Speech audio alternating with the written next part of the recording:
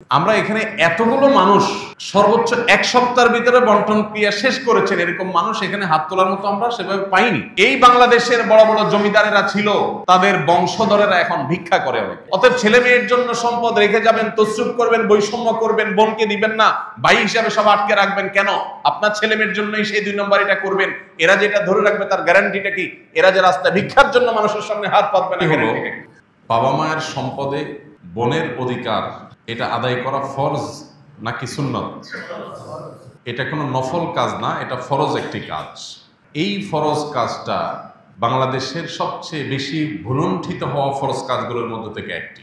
বহু প্র্যাকটিসিং মুসলমান আছেন, আল্লাহর মেহেরবানিতে নবীর সুন্নাহ তার শরীরে তিনি ধারণ করেন, তিনি 5 ওয়াক্ত নামাজ পড়েন, মুখে নবী সাল্লাল্লাহু আলাইহি সাল্লাম নির্দেশিত দাঁড়ায় দাঁড়ায় নিজে সুশোভিত হয়েছেন, হজ ওমরা সম্পাদন করেন, কোরআনে কারীমের তেলাওয়াত, দ্বীনি কাজ, মসজিদ মাদ্রাসা বিনির্মাণ, অনেক ভালো ভালো কাজের সাথে সংশ্লিষ্ট সম্পৃক্ত।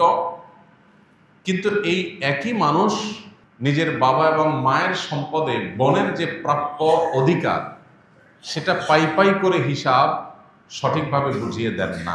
অন্যান্য ফরজের গুরুত্ব তার কাছে আছে, এমনকি তিনি কাউকে ঠকান না, কারোর হক মেরে খান না, পারতপক্ষে চিটারি বাটপারি করেন না।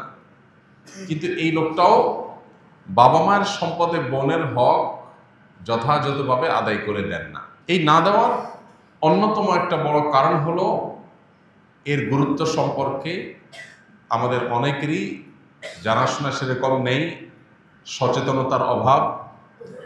আমরা মনে করি ভাই বোন আমরাই অনেক খরচ খরচা করতে হয় বোনদের জন্য, ভাইদেরকে ছোট ভাই হয়ে বড় বোনের জন্য খরচ করতে হয়, আর বড় ভাই হলে তো কোনো কথাই নেই, বোনদের জন্য অনেক খরচ খরচা করতে হয়। আমরা মনে করি সেগুলো তো অ্যাডজাস্ট হয়ে যায়। এ ধরনের একটা ধারণা আমাদের মধ্যে বদ্ধমূল হওয়ার কারণে বাবা মায়ের সম্পদে বোনদের প্রাপ্য অধিকারটুকু আমরা অনেকে দেই না। দ্বিতীয়ত না দেওয়ার আরেকটি কারণ হলো বোনদের তরফ থেকে এটার ব্যাপারে তেমন কোনো প্রেশার থাকে না।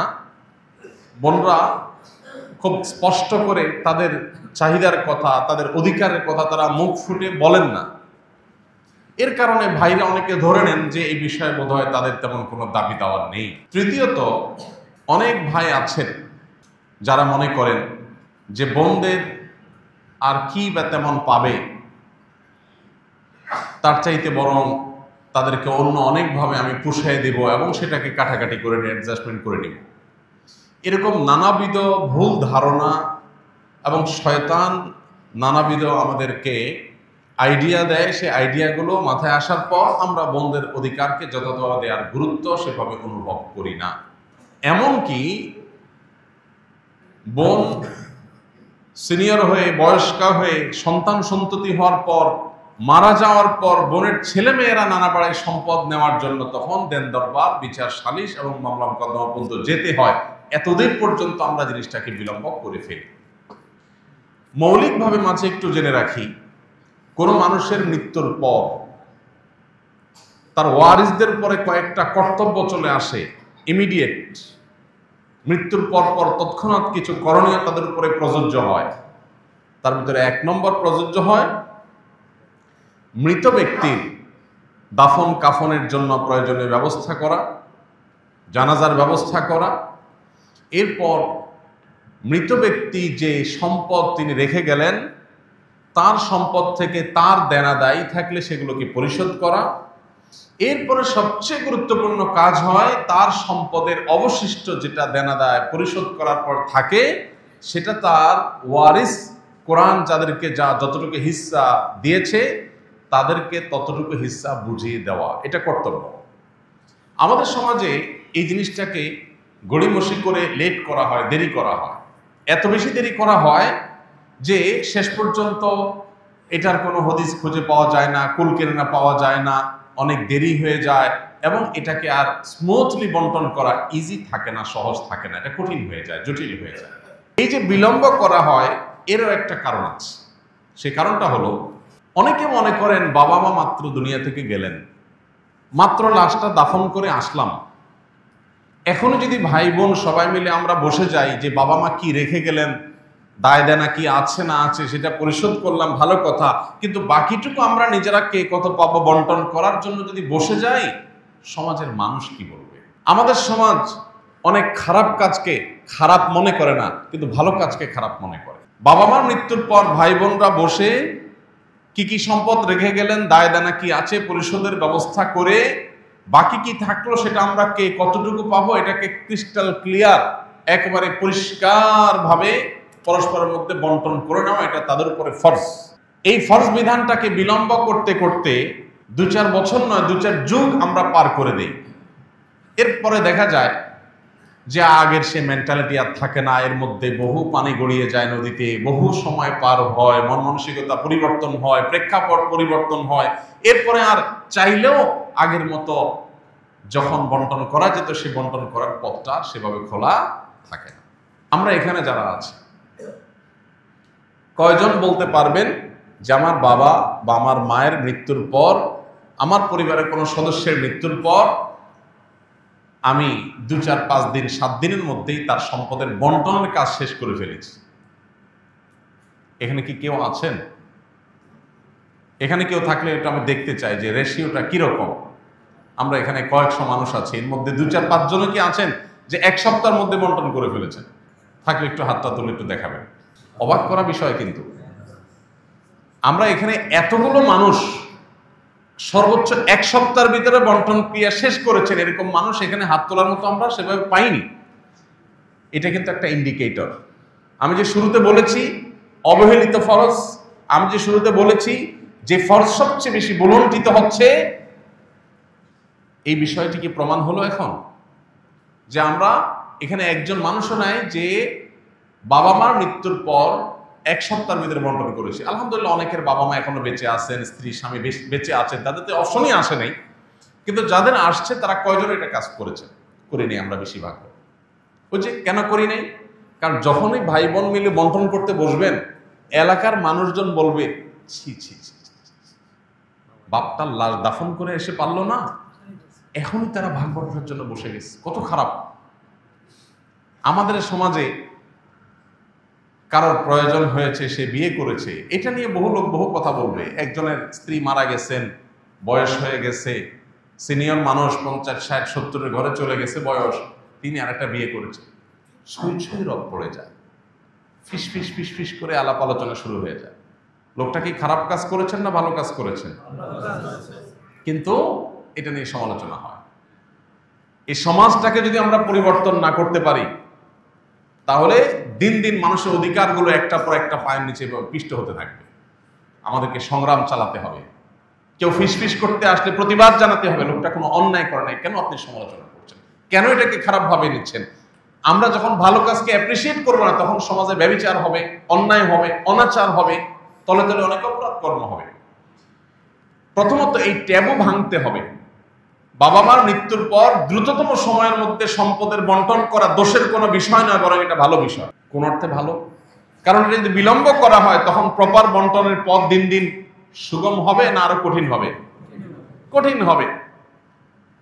একটা ভাই অবিবাহিত আছে, যদি আপনি 10 বছর 15 বছর 20 বছর লেট করেন, এর মধ্যে তার বিয়ে হবে, তার ছেলে মেয়ে হবে, তার ফ্যামিলির একটা আলাদা আইডিওলজি আছে, তাদের চিন্তাধারা আছে, মন মানসিকতা আছে, সেটার প্রভাব পড়বে।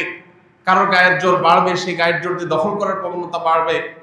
যদি মৃত্যুর পরপর বন্টন করা হয় সবার মন মানসিকতাও নরম থাকে, আল্লাহর ভয়ও থাকে, যথাযথভাবে বন্টন করার পথটা তুলনামূলকভাবে ইজি থাকে। কিন্তু না, আমাদের দেশে জমি জমা নিয়ে যত ভেজাল হয়, বিশেষ করে গ্রামে, এই ভেজালগুলো সব হয় ঈদের বন্ধে। কখন হয়? ঈদের বন্ধে। ঢাকা থেকে, চিটাগাং থেকে, বিদেশ থেকে, বিভিন্ন বিভাগীয় জেলা শহর থেকে ছুটিতে গ্রামে ঈদ কাটাতে যায়। ঈদের দিনটা কোনো রকম ঠিক মতো চলে, ঈদের নামাজ পড়ে আসে, সেমাই চিনি খায় টায়, সবার বাসায় যাওয়া আসা করে, ওকে। এরপরের 2 দিন 3 দিন চলে দরবার, জমি জমা নিয়ে গন্ডগোল। ভাইরা আমার, এই একটা জায়গায় আমাদেরকে বড় ধরনের সংশোধনী আনতে হবে যে কোনো মানুষের মৃত্যুর পর তার পরিত্যক্ত সম্পদ থেকে তার কাফন দাফনের ব্যবস্থা করার পর, ধার দেনা পরিশোধ করার পর অবশিষ্ট সম্পদ অনতিবিলম্বে ওয়ারিসদের মধ্যে বন্টন করে দিতে হবে। আল্লাহ আমাদেরকে তৌফিক দান করুন। আমরা যদি সচেতন হই, সমাজটাকে সচেতন করবার উদ্যোগ গ্রহণ করি, ইনশাআল্লাহ বহু অনাচারের পথ বন্ধ হয়ে যাবে।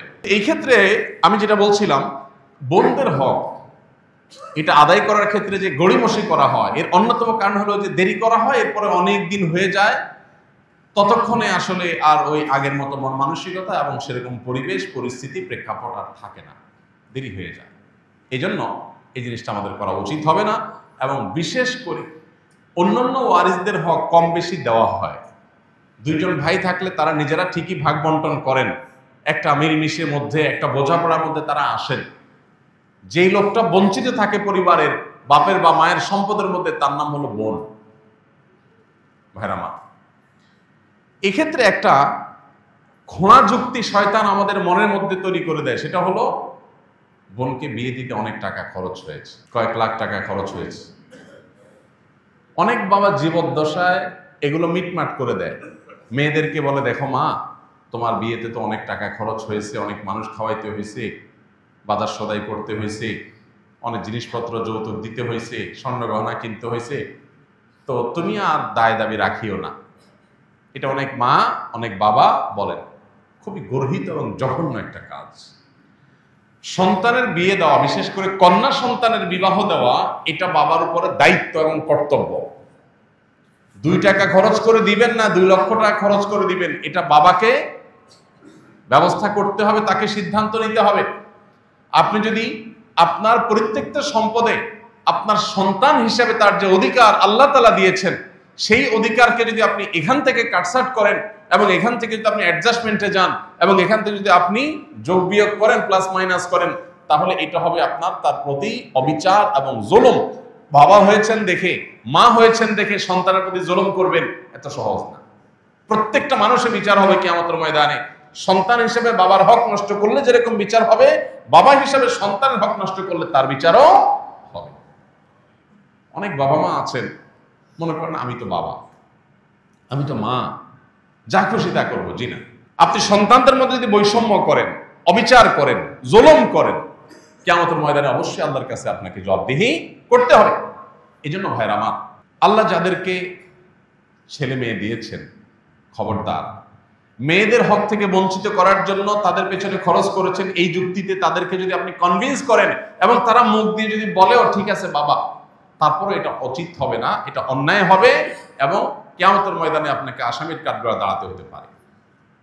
বরং আপনি অভিভাবক হিসাবে আপনার কর্তব্য হলো সন্তানদেরকে ওসিয়ত করে যাওয়া যে খবরদার, আমার মৃত্যুর পর আমার সম্পদ থেকে তোমরা ভাই বোন কোরআন বর্ণিত হিস্সা অনুযায়ী তোমরা বন্টন করে নিবা, কোনো প্রকার হেরফের করবা না, গায়ের জোর খাটাবা না, বৈষম্য করবা না, জুলুম করবা না, কারোর হক মেরে খাবে না। এই ওসিয়ত যদি আপনি করে যান, এরপরে যদি সন্তানরা তুসরুফ করে, তাদের মধ্যে কেউ জুলুম করে, একজন আরেকজনকে ঠকায়, আল্লাহর কাছে আপনি অভিভাবক হিসাবে আপনার দায় অন্তত থাকবে না যদি আপনি ওসিয়তটা আপনি করে যান। অতএব আমরা চেষ্টা করবো তো ইনশাআল্লাহ সন্তানদেরকে সেই মানসিকতা দিয়ে আমরা গড়ে তুলব।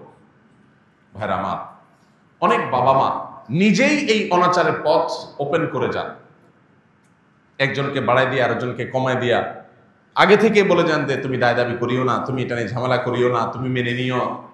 সন্তান হিসাবে লজ্জায় পড়ে নানা কারণে বাবা মার মুখের উপরে কথা বলতে পারে না, বাবার সম্পদ বাবার সাথে কিভাবে ঝগড়া করবো মেনে নেয়, কিন্তু না, এটা করা উচিত হবে না। দেখুন আল্লাহ রাব্বুল আলামিন মিরাজ সম্পর্কে কোরআনে কারিমে নন-স্টপ বিধিবিধান দিয়েছে।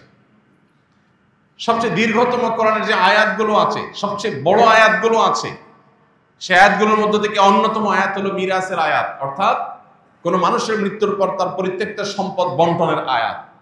কেন এত বড় আয়াত?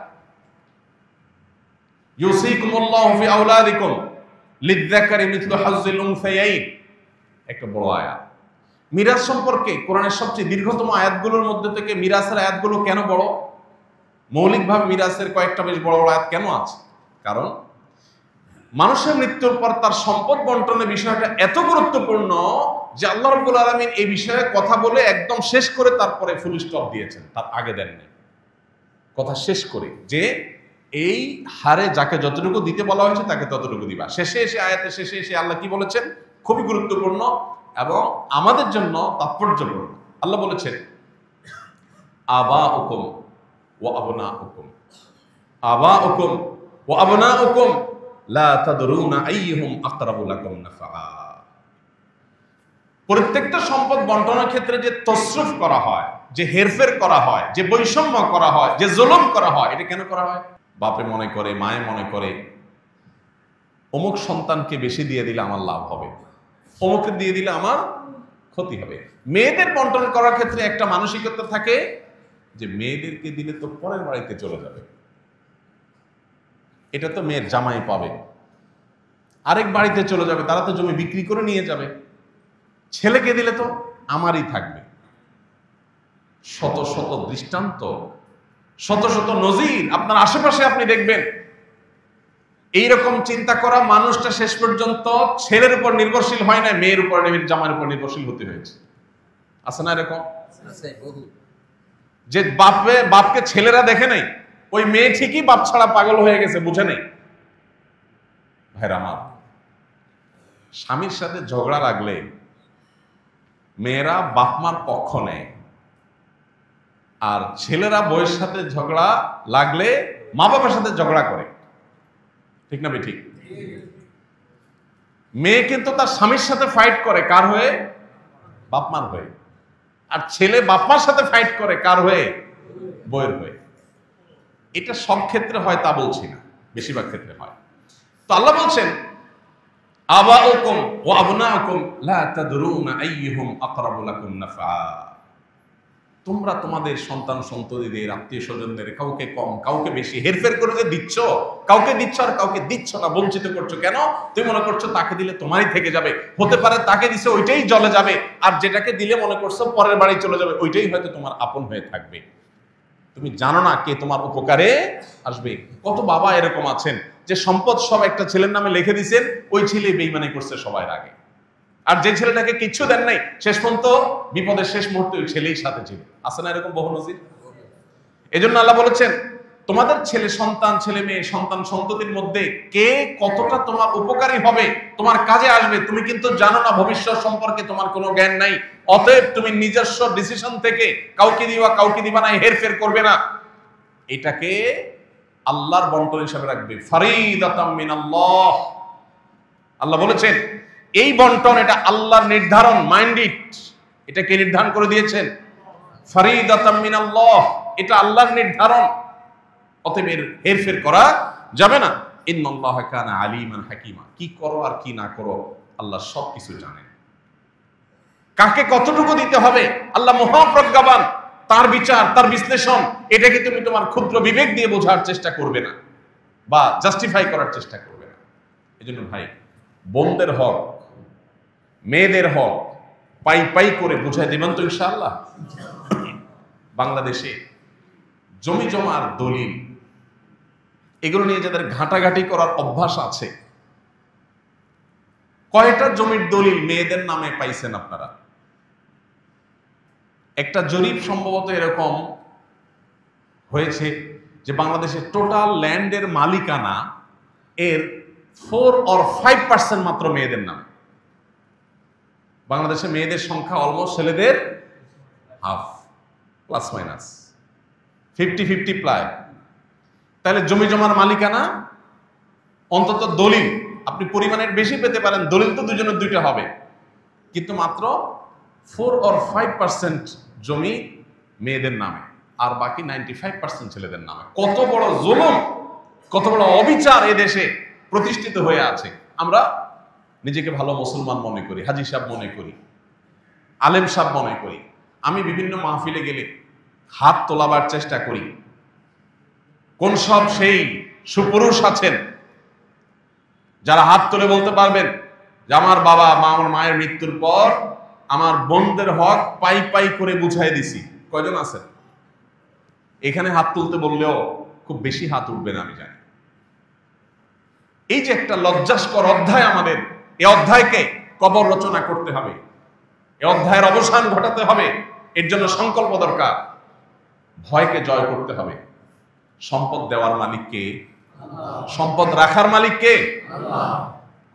এই বাংলাদেশের বড় বড় জমিদারেরা ছিল, তাদের বংশধরেরা এখন ভিক্ষা করে অনেকে। আছে না নেই? অতএব ছেলে মেয়ের জন্য সম্পদ রেখে যাবেন, তসরুফ করবেন, বৈষম্য করবেন, বোনকে দিবেন না, ভাই হিসাবে সব আটকে রাখবেন কেন?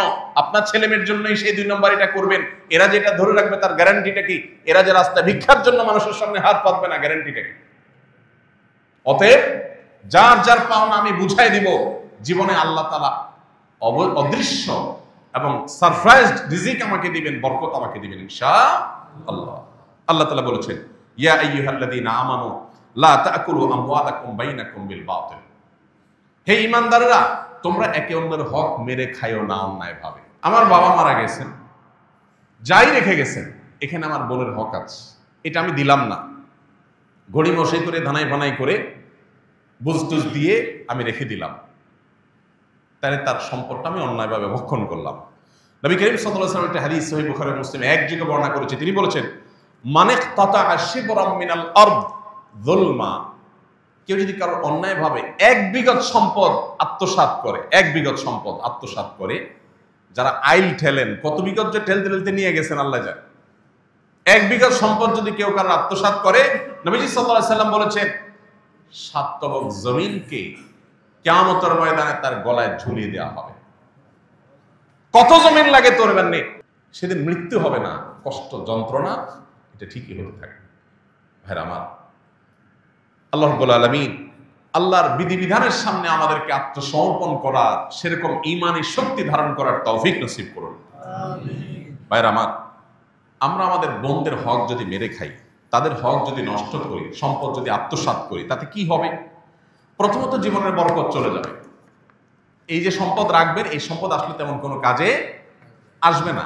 সম্পদ রাখবেন, সাথে ক্যান্সার চলে আসতে পারে, কিডনি ড্যামেজ হয়ে যেতে পারে, হার্টে ব্লক হতে পারে, এমন কিছু হতে পারে যে সম্পদ মারছেন বোনের 5 লাখ টাকার রোগ আল্লাহ ধরায় দিবে 10 লাখ টাকা, টেরও পাবেন না।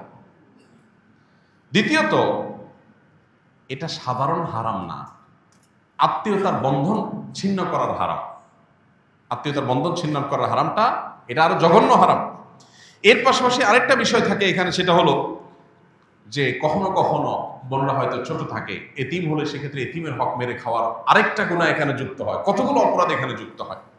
আর এই জন্যই আল্লাহর ভয় অন্তরে লালন করতে হবে। নবী সাল্লাল্লাহু আলাইহি ওয়াসাল্লাম বলেছেন, লা ইয়ারবু লাহমুন নাবাতা মিন সুহতিন, কারোর শরীর যদি হারাম উপার্জন দ্বারা গঠিত হয়, ফান্নারু আউলা বিহি, তাহলে জাহান্নামের আগুন সেই শরীরের জন্য অধিকতর উপযুক্ত। এই হারাম উপার্জনকারী ব্যক্তির দোয়া কবুল হয় না, ইবাদত কবুল হয় না, আমল কবুল হয় না, নেকামল কবুল হয় না, আল্লাহর কাছে সে দায়ী হিসাবে থাকে। আল্লাহ রাব্বুল আলামিন আমাদের সবাইকে সতর্ক এবং সচেতন থাকার তৌফিক দান করুন। আমরা সবাই দায়িত্বশীল হব তো ইনশাআল্লাহ। বোনদের হক না দেওয়ার ক্ষেত্রে একটা খোলা যুক্তির কথা বলেছি যে তাদেরকে বিয়ে দেওয়া হয়েছে, অনেক টাকা খরচ হয়েছে। বাবা থাকলে বাবার দায়িত্ব, বাবা যদি মারা যান বিয়ে দেওয়ার দায়িত্ব কার? ভাইদের। আপনি দায়িত্ব পালন করেছেন, কোনো অনুকম্পা অনুগ্রহ করেন নাই যে ওইটাকে কাটাকাটি করবেন, অর্থাৎ বিয়েতে যে টাকা গেছে ওই টাকা আপনি কাটাকাটি করে সম্পদ দিবেন না সেখান থেকে, না, এটা করার সুযোগ নেই। এক। দ্বিতীয়ত, আমাদের সমাজে অনেক বড় বড় কুসংস্কার আছে সংক্রান্ত। এর ভিতরে মেয়েদের হক মেরে খাওয়ার জন্য ছেলেরা একটা কুসংস্কার বানাইছে, সেটা হলো বাবার বাড়ির হক নিলে এটা সয় না। শুনছেন আপনারা? হাইরে হাইরে হাইরে, মানে বাটপারি এই লেভেলের সম্ভব? আপনি চিন্তা করেন, একই বাবার সম্পদ, ছেলে সব আগলে ধরে রাখবে, ভোগ করবে, তার সইবে, কোনো অসুবিধা নেই। বোনদের বেলায় এটা বলা হয়, মেয়েরা বাবার পায়ের হক নিতে হয় না, বাবার হক নিলে কি হয়? এটা সয় না, ধ্বংস হয়ে যাবে সব, এটা রেখে যাও, এটা আমার কাজে লাগবে। কত নম্বরের বাটপারে চিন্তা করে, কত বড় ডাহা মিথ্যা কথা। ডক্টর খন্দকার আব্দুল্লাহ জাহাঙ্গীর রহমানের কাছে প্রশ্ন করা হয়েছিল, কোন ভাই যদি বোনের হক মেরে খায় বাবার সম্পদে, তাহলে বোন তার বিরুদ্ধে মামলা মোকদ্দমা করে বিচার বসিয়ে এটা আদায় করাটা উচিত হবে কিনা বলে, নাকি মাফ করে দেওয়া উত্তম? ডক্টর আব্দুল্লাহ জাহাঙ্গীর রহমাল্লাহ বলেছেন, তার বিরুদ্ধে মামলা মোকদ্দমা করে আদায় করাটা উত্তম। কেন উত্তম? বলেন যে বোন যতই মুখ দিয়ে বলুক তার মনে কষ্ট থাকবে, এখানে আরো মানুষের হক জড়িত আছে, মামলা মোকদ্দমা করে যেভাবে হোক জোর জবরদস্তি করে যদি নিজস্ব হকটা আদায় করতে পারে, তাহলে এই ভাইটা কিয়ামতের দিন পাকড়াও থেকে বেঁচে যাবে, এটা তার উপকার হলো। এই জন্য ভাই, বাবার বাড়ির হক মেয়েরা নিলে তাদের সয় না, এই ডাহা মিথ্যা কথার বিরুদ্ধে আমাদের সংগ্রাম করতে হবে।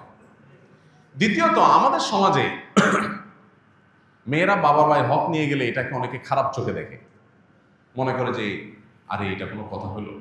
মেয়েরাও হেজিটেশন করে নিতে চায় না, কারণ বিয়ের পর স্বামীর সংসার করতে চলে যায় শ্বশুর বাড়িতে, কিন্তু তার নাইটা পোতা আছে তো বাবার বাড়িতে, যার কারণে বাবার মায়ের প্রতি টানটা ঠিকই থাকে। বিয়ের পর 30 বছর, 40 বছর, 50 বছর পার হওয়ার পরেও, বার্ধক্য এসে গেলেও তখনও মনে চায় একটু বাবার বাড়িতে যাই, একটু ঘুরে। তো যদি হক নিয়ে আসি, তাহলে কোন মুখে সেখানে আবার যাব, এরকম একটা ব্যাপারও থাকে। এবং সাধারণত আমাদের সমাজে কোনো মেয়ে বাবার বাড়ি থেকে হকটক নিয়ে গেলে, জমে জমে সব বোঝা নিয়ে গেলে, সে আসলে অনেক ছোট লোক ভাই আছে যারা মনে করে যে এখন আর সে কেন আসবে, বাগিনারা কেন আসবে, বোন কেন আসবে। যতদিন হক নেয় না ততদিন বোন আসলে মোরল জবাই হয়, গরুর গোশত দিয়ে কিনে বাজার করে রান্না করে খাওয়া হয়, কারণ হক আছে। আর হক নিয়ে গেছে তখন মনে হয় পর হয়ে গেছে, এখন পর্যন্ত তার আসার কোনো রাইট নেই। পরিষ্কার জেনে রাখা দরকার, ভাই এবং বোনের সম্পর্ক কি শুধু সম্পদকে কেন্দ্র করে? অতএব বোন যদি তার প্রাপ্য হক বুঝিয়ে নেয়, তারপরও মৃত্যু পর্যন্ত এই বোনের সাথে সুসম্পর্ক বজায় রাখতে হবে। এবং বাবার বাড়িতে, ভাইয়ের বাড়িতে বেড়াইতে আসার অধিকার বোনের ঠিকই থাকবে। আবার ভাইয়েরও কর্তব্য থাকবে বোনের বাড়িতে গিয়ে বেড়ানো এবং তাকে দেখা, খোঁজ খবর নেওয়া। এটার সাথে সম্পদ দেওয়া নেওয়ার কোনো সম্পর্ক নাই। অতএব এই কুসংস্কারের উপর আমাদেরকে আঘাত করতে হবে যে কোনোভাবেই এই কুসংস্কার থাকা চলবে না। ভাইয়ের হক থেকে বা বাপের হক থেকে, সম্পদ থেকে বোন সম্পদ নিয়ে গেলে সেই বোন, সেই মেয়ে আর বাপের বাড়িতে আসতে পারে না, এটা সঠিক কথা নয়। বরং সম্পদ নিয়ে গেলেও আসতে পারবে, সম্পদ থাকার মধ্যে তো অবশ্যই আসতে পারবে, বলাই বাহুল্য। এই জন্য ভাই, এই কুসংস্কারটা আমাদের দূর করতে হবে। অনেক ক্ষেত্রে দেখা যায় একটা সিন ক্রিয়েট করা হয়। কিরকম সিন ক্রিয়েট করা হয়? মেয়েদের সম্পদ মারার ক্ষেত্রে দুইটা সিন ক্রিয়েট হয় সাধারণত। একটা হয় বাসর ঘরে, মহর দেওয়ার বেলায় আসলে ফুসলায়া ফাসলায়া, মেয়েরা লাজুক প্রকৃতির হয়। বাঙালি মেয়ে, মুসলিম মেয়ে আরো বেশি লাজুক হয়, যত ধার্মিক তত লাজুক হয়। এই জন্য বাসর ঘরে ফুসলায়া ফাসলায়া, দেখো মহর তো 10 লাখ 1 টাকা ধরছে মুরব্বীরা, তা আমার তো দেওয়ার সামর্থ্য নাই, আমি ইনশাল্লাহ এই তো সামনের মাসে বা 1 বছরের মধ্যেই সর্বোচ্চ আমি তো ইটালি চলে যাব, সৌদি আরব চলে যাব, কত 10 লাখ হবে, সবই তো তোমার। বউ তখন বেচারি শর্মে পড়ে বলে যে আরে কি বলেন এসব, আমার কোনো দায় দাবি নেই এগুলা। এই যে মুখে না দাবি আদায় করলে, সিন ক্রিয়েট করে, একটা পরিবেশ ক্রিয়েট করে, এটা হলো আরেক বাটপারি। আপনার বিয়ে করতে বলছে কে? মহরের টাকা জোগাড় করার মতো ক্ষমতা না থাকলে এটা তো লজ্জার কথা যে বাসর রাতে আপনি বোর কাছে টাকার জন্য মাপ চাইতেছে। মেয়েরা যদি শরিয়ার মাসালা ভালো করে বুঝতো তো বলতো খবরদার, মহারণা পরিশোধের আগে কোনো আওয়াজ নাই, কোনো আলাপ নাই, আগে পরিশোধ করো। তারা তো জানে না শরীয়ত তাদেরকে কি অধিকার দিয়েছে। আরেকটা বাটপারি হয় বাবার মৃত্যুর পর, মায়ের মৃত্যুর পর বোনদেরকে দাওয়াত দেয় ভাইয়েরা, বাগিনা বাগিনী এবং জামাই সমেত। এরপরে কবজি ডুবাই খাওয়ায়, মুরগি, হাঁস, কলিজা, গরু গোস্ত, মাছ ফ্রাই, ভুনা, বিভিন্ন আইটেমের খাওয়ায়া, এরপরে শাড়ি, লুঙ্গি, কাপড় চোপড় দিয়া, এরপরে আওয়াজ ওঠায়, আলাপ ওঠায়, নাটক শুরু হয়। বলে দেখো বোন, তোমার বিয়েতে অনেক টাকা পয়সা খরচ হয়েছে, এদিকে বাবা অসুস্থ ছিল, বাবার পিছনে লাখ লাখ টাকা খরচ করা লাগছে, সেগুলো তো আমিই করছি, সব তো তোমরা জানো। আল্লাহর রহমতে তোমরা তো আসো, ভালোই আসো, আল্লাহ তো কষ্টে রাখেনি। এখন বাবার সম্পদের শহীদ অনুযায়ী তোমাদের কিছু পাওনা আছে, এখন তোমরা যদি বলো সেগুলো আমি ভাগযোগ করে দেব, বলো কি করা যায়। বোনটার লজ্জা, না ভাই কি বলে, না আরে লাগবে না থাক। বোনরা চিন্তা করে এই এতিম গরিব ভাই আমার অসহায় ফকিরের মতো ভিক্ষা চাইতেছে, ছেড়ে দেয়। এই যে বোনটা ছেড়ে দিল, সে কি আসলে মন থেকে ছেড়ে দিয়েছে? এই ছেড়ে দেওয়াটা কি মন থেকে? হ্যাঁ, কিছু এক্সেপশন কেস আছে যে বোন ভগ্নিপতিদেরকে আল্লাহ অনেক দিয়েছে, অডেল দিয়েছে, ভাইরা বরং অনেক গরিব অভাবী। তখন বোনরা যদি উইলিংলি বলে দেখো ভাই, বাবার সম্পদে আমারও হক আছে, বাট আমি নিলাম না, তোমরা কষ্টে আসো, আমি দায়মুক্ত করে দিচ্ছি, তোমরা ভোগ করো, সমস্যা নেই, ভিন্ন কথা। কিন্তু আপনি সিন ক্রিয়েট করলেন, বোন লজ্জায় পড়ে গেল, এরপরে সে বললো মাফ করে দিল, আপনি বললেন হুজুর আমি তো মাফ নিছি। এই মাফ হবে না। দেখুন, মেয়েদেরকে ঠকানোর জন্য বহু রকম কুসংস্কার আমরা সৃষ্টি করেছি। এর বিরুদ্ধে আমাদেরকে সংগ্রাম করতে হবে। এই অবহেলিত ফরজ, এই ফরজটাকে প্রতিষ্ঠা করতে হবে, বোনদের হক আদায় করে দিতে হবে। অনেকে আছেন বাবার হক ভোগ করছেন, বাবায় ফুফুর হক মারছে, বাবা ফুফুরটা দাদার সম্পদে ফুফুর হকটা দেয় নাই বাপ চাচারা। এখন আপনি ছেলে বলছেন আমার তো দায় নেই। জি না, আপনারও দায় আছে। আপনার দায় কি? আপনার হিস্সায় যতটুকু আসছে এখানে আনুপাতিক হারে ফুফুর কতটুকু হক আছে ওইটা তাকে আপনি বুঝাই দিতে হবে, না হলে আল্লাহর কাছে আপনি দায়ী থাকবেন। আমরা অন্য ধার দানা নিয়ে হিসাব নিকাশ করি, কিন্তু এগুলো নিয়ে সেভাবে হিসাব নিকাশ করি না। এটা অনেক অনেক গর্হিত বিষয়। আরেকটা ভয়াবহ কাজ হয়, যারা দেয়, বোনদের হক দেয়, তারা আরেকটা 2 নম্বরই করে। দেখেন কত রকম লেয়ারে লেয়ারে 2 নম্বরই। সেই 2 নম্বরটা হলো বলে যে বোনরা ভিটা বাড়িতে পায় না, ভিটা বাড়ি এটাতে পায় না। তাহলে কোথায় পাবে? নাল জমিতে। এখন ধরেন ভিটা আছে 1 বিঘার, ধানের ক্ষেত আছে 2 বিঘার, মোট 3 বিঘা। যখন ভাগ হবে, ধরেন ভাই একজন আছে, বোন একজন আছে, ফর এক্সাম্পল। তো ভাইয়ে ধরেন 2 বিঘা পাবে, বোনে ধরেন 1 বিঘা পাবে, ভাইয়ের অর্ধেক পাবে। এইরকম পরিস্থিতিতে সাধারণত মেয়েদেরকে কোনটা দেওয়া হয়? ক্ষেতেরটা। তাহলে বোন 1 বিঘা পাইলো ক্ষেতের, আর ভাই 2 বিঘা পাইলো। 1 বিঘা হলো ভিটার, আর 1 বিঘা হলো ক্ষেতের। বন্টনটাকে ইনসাফসম্মত হলো? কেন হয়নি? কারণ ভিটার যে 1 বিঘা, এটার ভ্যালু হয়তো ক্ষেতের 4 বিঘার সমান। তাহলে জমি হয়তো সমান সমান দিচ্ছেন, তার ভ্যালু কি নাই? সমান না। এই জন্য জমি সমান সমান দিলে হবে না, ভ্যালু হিসাব করতে হবে। যে ফর এক্সাম্পল 1 বিঘা ভিটা আছে, এই ভিটার 1 বিঘার দাম 10 লাখ টাকা, আর নিচে খেতে আছে সেগুলা বিঘার দাম 3 লাখ করে। তাহলে 3 3 6, আর এখানে 10 16 লাখ। 16 লাখের মধ্যে বোন, ভাই যদি ধরেন বোনের দ্বিগুণও পায়, আর যদি ভাই তার অর্ধেকও পায়, তাতে কত পায়? প্রায় 5 লাখ প্লাস মাইনাস, আর ভাই হলো 10 লাখ প্লাস। তো বোন 10 লাখ 5 লাখ প্লাস, আর ভাই 10 লাখ প্লাস। এবার আসেন, ক্ষেতের যদি 1 বিঘা পায়, তাহলে 1 বিঘার দাম 3 লাখ, আরো বাকি আছে 2 লাখ প্লাস। ওই 2 লাখ প্লাস হয় ক্যাশ দিয়ে দিতে হবে, আর না হলে বিটা থেকে এক পাশ থেকে দিয়ে দিতে হবে, তারপরে দায় মুক্ত হবে না। জিনিসটা কি ক্লিয়ার হয়েছে? অনেক বোনেরা এই জায়গাটাতে এসে বঞ্চিত হয়, এবং এটা একটা লজিক্যাল কারণও থাকে। বাইরে বলে যে দেখো আমাদেরকে তো ভিটায় বসবাস করতে হবে, তোমাদেরকে দিলে এটা বিক্রি করে গেলে আমরা কোথায় কি করবো? কিন্তু শরিয়ার বিধান হলো বোনরা যদি ওই ভিটাতেই পায়, ধরেন কারোর ভিটাই আছে আর কোনো ক্ষেত নাই, তাহলে ক্ষেত থেকেই কিন্তু বন্টন হবে, এবং সেখান থেকে প্রয়োজনে তারা বিক্রি করে নিয়ে যাবে। আপনি বলেন তাহলে ছেলেরা থাকবে কোথায়? থাকবে কোথায় তারা জানে, তাদের আল্লাহ জানে। আমার হক আমার বাবার সম্পদে, আমি এটা নেব, তুমি কোথায় থাকবা তুমি বুঝবা। তুমি প্রয়োজনে আমার সাথে নেগোসিয়েশনে আসবা, অন্য কোনোটা দিয়ে অদল বদল করবা, বা আমার কাছ থেকে লোন নিয়ে থাকবা, না হলে আমার মালিকানা বাড়িতে ভাড়ায় থাকবা। কি অধিকার মেয়েদেরকে শরীয়ত দিয়েছে, কিন্তু আমরা পদে পদে সেটাকে লঙ্ঘন করছি। এই জন্য ভাই, আমাদেরকে দীপ্ত কণ্ঠে শপথ করতে হবে, আমরা বোনদের কোনো হক মারবো না ইনশাআল্লাহ। আমি মনে করি মেয়েদের হককে প্রতিষ্ঠা করবার জন্য এদেশে শরিয়া কোর্ট প্রতিষ্ঠা করা অপরিহার্য। শরিয়া কোর্ট যদি থাকে, সেখানে বাধ্য করা হবে শরিয়ার আইন অনুযায়ী ভাইদেরকে বোনদের হক বুঝাই দিতে। কোনো ভাই দিবে না, তার বিরুদ্ধে আইনানুগ ব্যবস্থা করা হবে।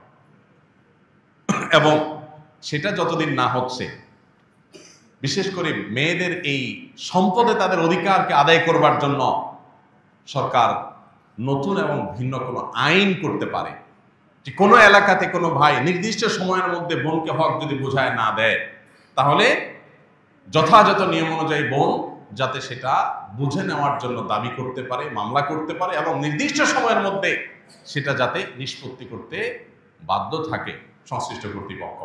এইরকম আইন করা সময়ের সবচেয়ে প্রয়োজনীয় কাজগুলোর মধ্যে থেকে একটা। আল্লাহ রাব্বুল আলামিন এই অবহেলিত এবং আমাদের সমাজে নানাভাবে ভুলণ্ঠিত হওয়া এই ফরজকে পুনঃপ্রতিষ্ঠা করার তৌফিক আমাদেরকে দান করুন।